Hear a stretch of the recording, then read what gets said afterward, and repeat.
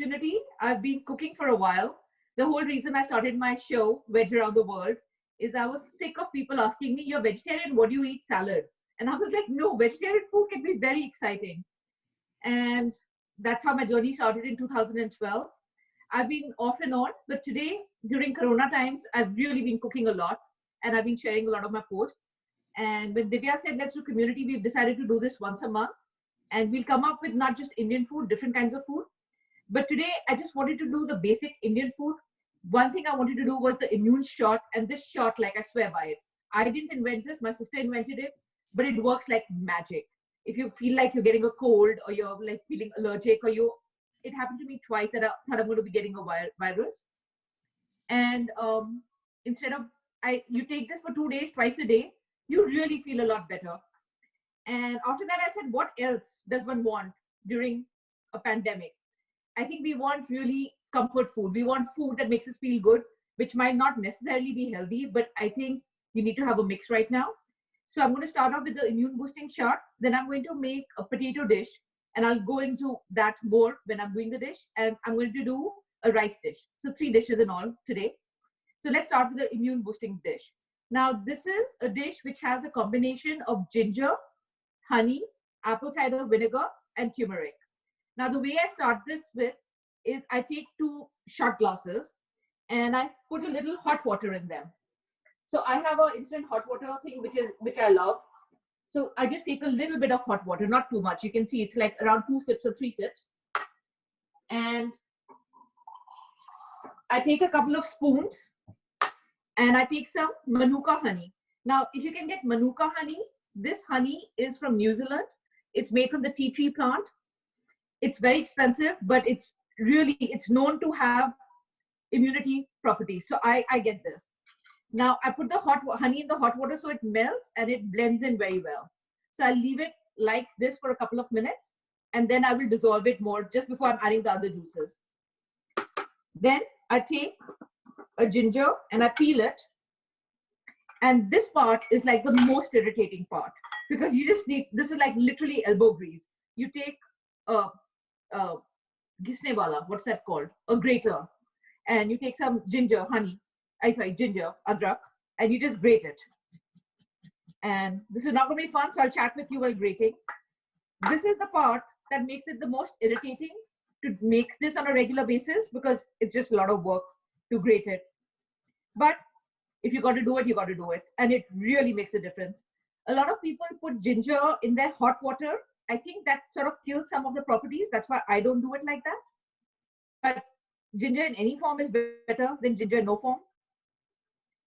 Now, this thing, so I was going skiing in Feb and I got a viral just before that. Thankfully, it was before Corona time, so I was not worried I had Corona. And I went to the doctor and she's like, I don't know what to tell you. I know you're leaving in 2 days, but you do have some sort of viral going on. And then I did this and I did a couple of other things like zinc and all that. And I was fine by the time I landed in France. Okay, I'm doing one more because this is not enough. Also, because I'm making this now, I'm going to make enough for me to have it. So you just grate it. I find in the kitchen, if you have utensils that are really sharp, like sharp knives or sharp graters, they make your life a lot easier, a lot easier. It's a bit scary initially to use sharp stuff, but then, it's fine.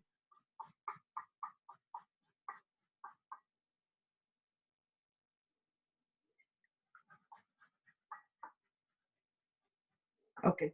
Once you finish grating it, I use it to scrape it off, all of it, because a lot of it gets stuck behind.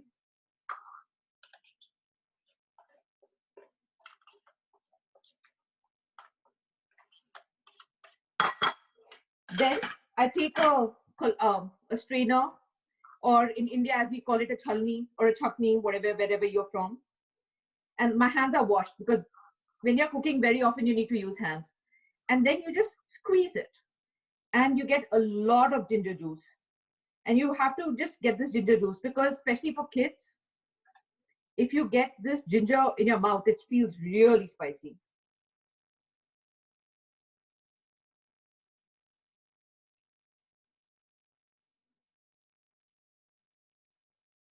and you keep going for a bit because a lot of juice comes out. This bit I just throw away, but if you're making ginger cake or something, you could use it for that.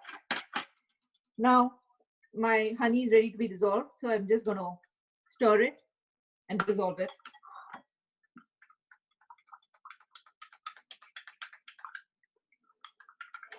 Actually, this takes 5 minutes, but somehow it's quite an effort to make.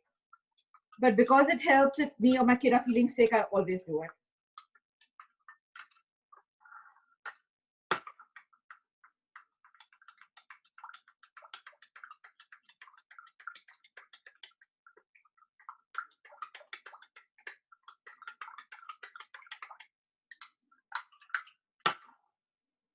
So 1 teaspoon of the ginger juice is enough, but I think I have slightly more. So I'm just going to add all of it. It makes it a bit spicy, but if you've got enough honey, it's not so bad. So this is a lot more, but then I'm not going to be making this for a while because thankfully we are healthy. Then you take apple cider vinegar. This is the brand I like. It's called Bragg's. It's got raw. And you know, it's got live bacteria. Live bacteria is supposed to be like the healthiest thing in the world for you because apparently everything is connected to your gut bacteria. And what's really interesting is bacteria in apple cider vinegar is called mother. So you know the thing that settles in the bottom, it's called mother. So by itself, it's pretty gross, but you take 1 teaspoon in this mixture. So apple cider vinegar is actually really good for allergies as well. So if you have bad allergies, if you have a teaspoon every day in some form, it'll be good for you, but raw, not cooked. And the last thing in this drink is haldi, turmeric. I don't know how to pronounce it. Maybe you guys can tell me later whether you say turmeric or turmeric. And I take a good amount. So this is almost like half a teaspoon. It's like the Indian thing, but I take a good amount. And it's disgusting, but I'm not having this drink for its taste. I'm having this drink for its immune property. And frankly, the honey takes care of most of the problems. And that's it. It's ready. And you do cheers. And you're done. And this really helps. So now this dish is done. We're going to move on to a potato dish. So I'm going to move the camera to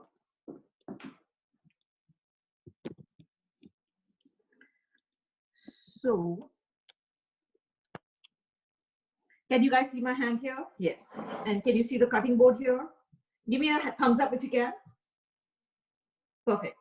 So today I'm making a potato dish. I've pre-peeled. I'm just making 1 potato because I don't keeping potatoes. Basically, I'm trying to eat healthy, but this is comfort food. I'm going to make 1 potato dish. For that, I'm going to show you how I chop it, and then I'm going to make it in my pan. Now, this potato dish actually can last a few days, couple of days outside the fridge. Now, a potato is something that actually gets spoiled pretty fast. But the way I cook this potato, it's called station potato dish. Now, in India, when people were traveling on rail journeys and you wondered how they were taking the potatoes, the trick is they cook the potatoes without water. And when you cook it without water, it can stay outside the fridge for a couple of days. That's how I'm going to cook this. Not because I want the longevity, but because I just love the way this turns out. Now I'm going to cut the potatoes pretty small. They're going to be like, I'll show you after I finish cutting, I'll bring it closer and show you exactly how big it is.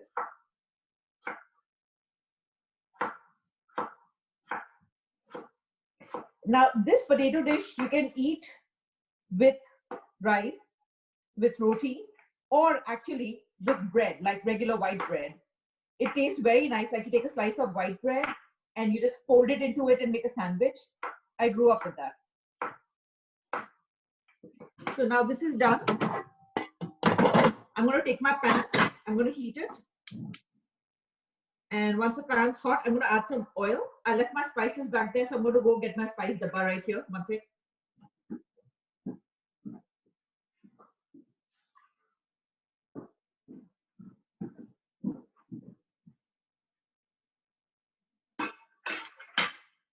It's unusual to cook in this area. Like normally for my show, I have an island counter because it wasn't in my house, it was in the studio.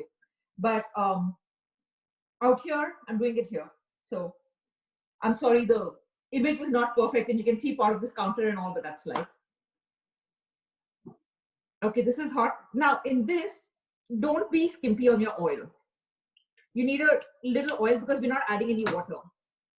I've not put too much. Can you see how much I've put? It's maybe like 2 tablespoons for a huge potato, or maybe slightly less.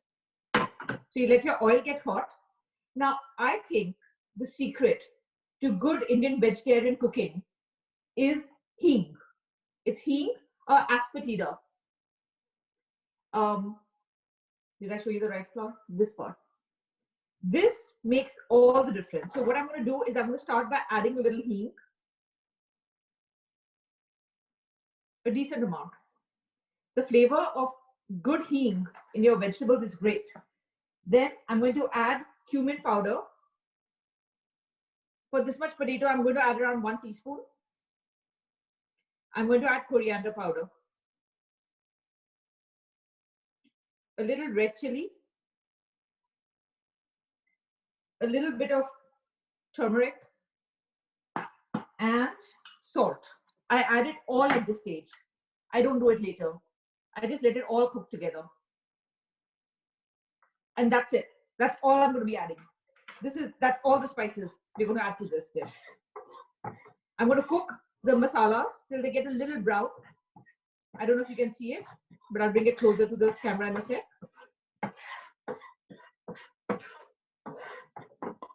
You can see the spices look a little bit dark. And it smells wonderful at this stage. And I'm just going to add the potatoes.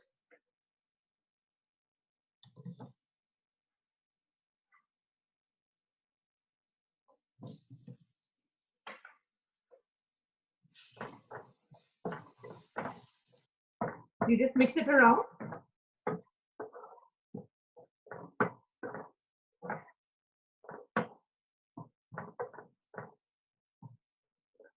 You can see I've cut my potatoes pretty thin. So the concept, the reason I do that, one of the reasons is the more surface area you have, the better it cooks through, I find. And I like to use a sharp wooden spatula for cooking this because later on, when we're going to test whether it's done or not, we're going to use the spatula to try to cut it. Now at this stage, you put it on a medium flame and you cover it and you just let it cook. You don't add water, you don't do anything else. This is done. This is ready to, it'll be ready to eat in like a couple of minutes. Now I'm going to move this to the side because I'm going to make the rice now.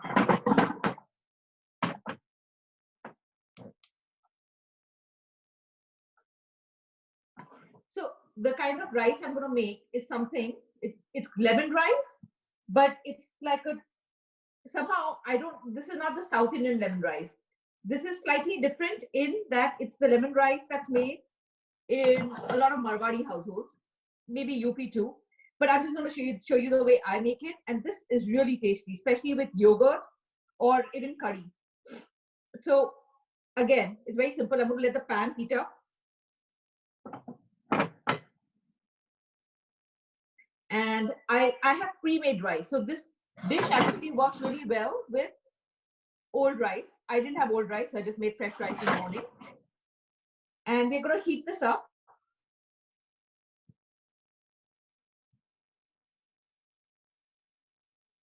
It's not hot yet, so I'm not going to add the oil yet. So if you put your hand above it, I mean, everybody who cooks knows that. You can tell whether the pan's hot or not. I think I might be able to make curry for you as well because I think I'll be done with the rice in like 5 minutes. So one of the things is somehow the way my mom taught me cooking is that she like, if you have 5 gases, you should have 5 dishes going. So I've just become so fast at cooking that everything just happens like really fast. Okay, so this is hot. So I'm going to take some oil. In the oil, I'm going to add the magic ingredient hing, which makes everything taste better.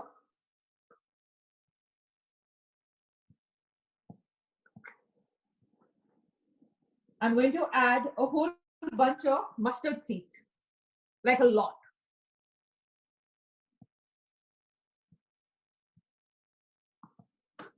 I'm going to add some turmeric And I'm going to add curry leaves. So curry leaves actually freeze very well. So I just bought them from fresh and I peeled them and I put them in the freezer. So I'm done with the spices for now.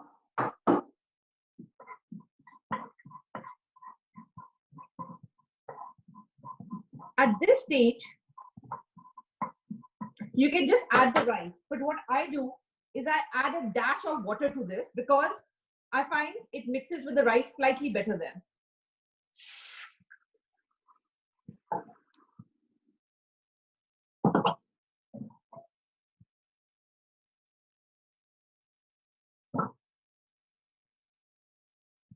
Oh.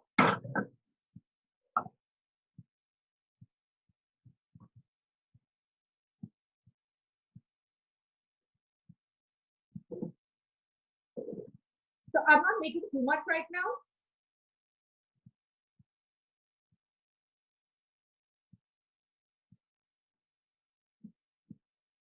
And you just stir it in. Let it cook a bit.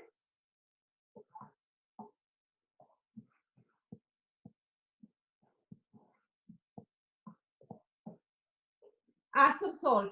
I should have added the salt earlier, but it's not too late. The salt is a must. And then you just squeeze some lemon on top. Just a little bit.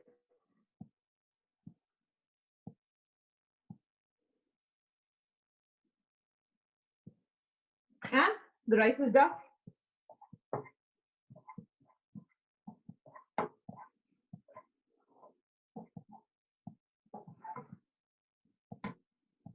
There. If you want to make a bigger quantity, just add more spices than you have right now. As you can see, the rice is done. Okay, I'm going to move this aside. I'm going to give the potatoes a stir.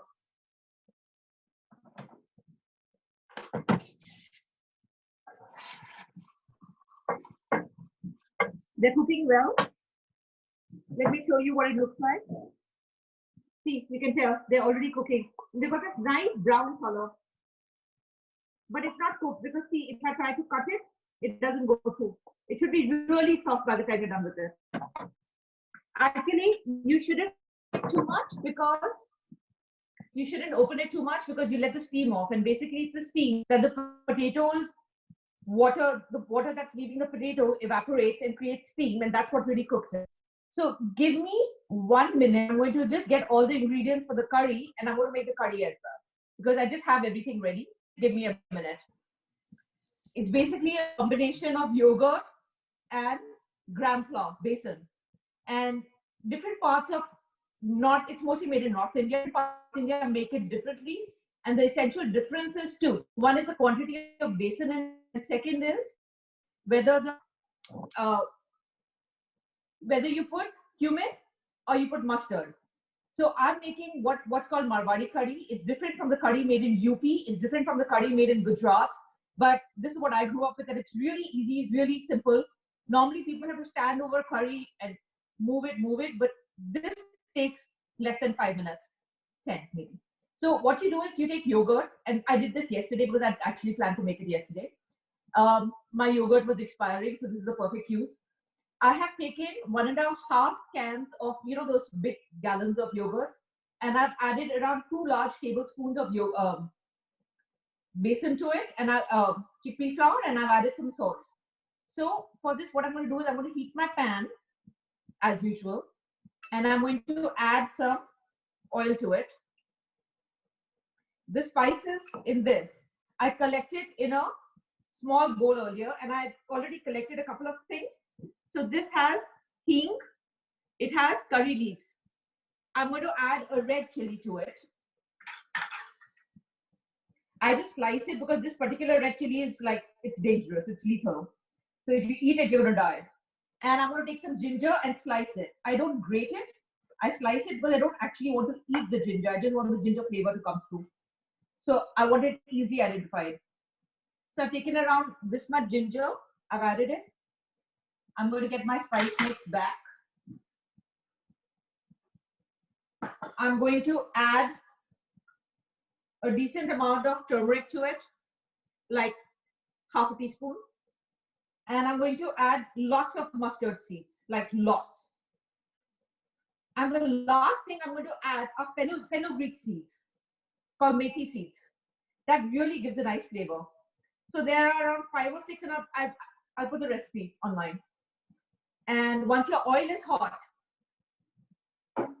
you just take this and you just add all of this mix to the oil. And you know your mustard seeds are done is when they start popping. And you don't want to burn yourself. You can burn yourself with that. And I'm just going to move this around a little bit, like work it a bit. Work it, work it. And I'm sorry, it's a deep pan, so you can't see inside, but there's really nothing much to see inside here right now. I will pick up my camera and show you in a minute. Okay, let me try. See. Then I should have to adjust the camera again. Okay. After this, once it starts fluttering, you take your yogurt and your dish and you just add the whole thing.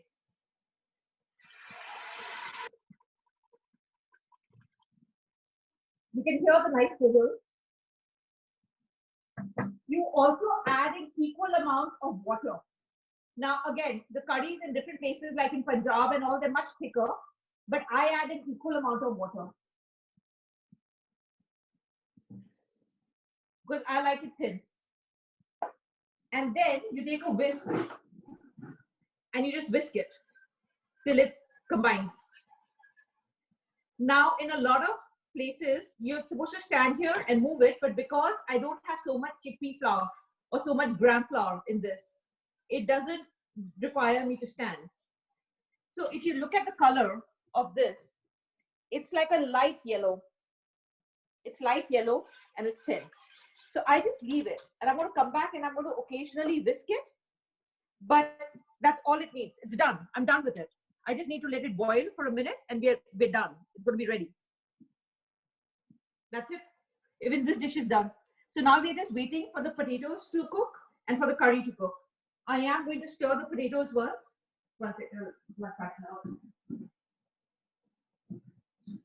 And let me see what's happening with the potatoes. You don't want to have it too hot because it'll burn. Oh, the potatoes are done. It's a little well done. I think I got distracted, but I don't mind the slightly crispy flavor. And see, the spatula goes right through. This is ready to eat. And so 2 of our dishes are done. We're going to wait for the curry to boil. Give me a minute or 2. And actually, you can do it on slightly higher flame also, the curry. It doesn't have to be very low, especially if you're willing to stir it occasionally. Often people eat curry with rice, but my favorite is to eat it with like the plain paratha. Or I've actually recently been having it like just like soup. Like you can see, it's changing color and it's becoming thicker. Can you see that? It's boiling up. Moved it and we're done. Okay, all the food's ready. 1, 2, 3, and the shot. Okay.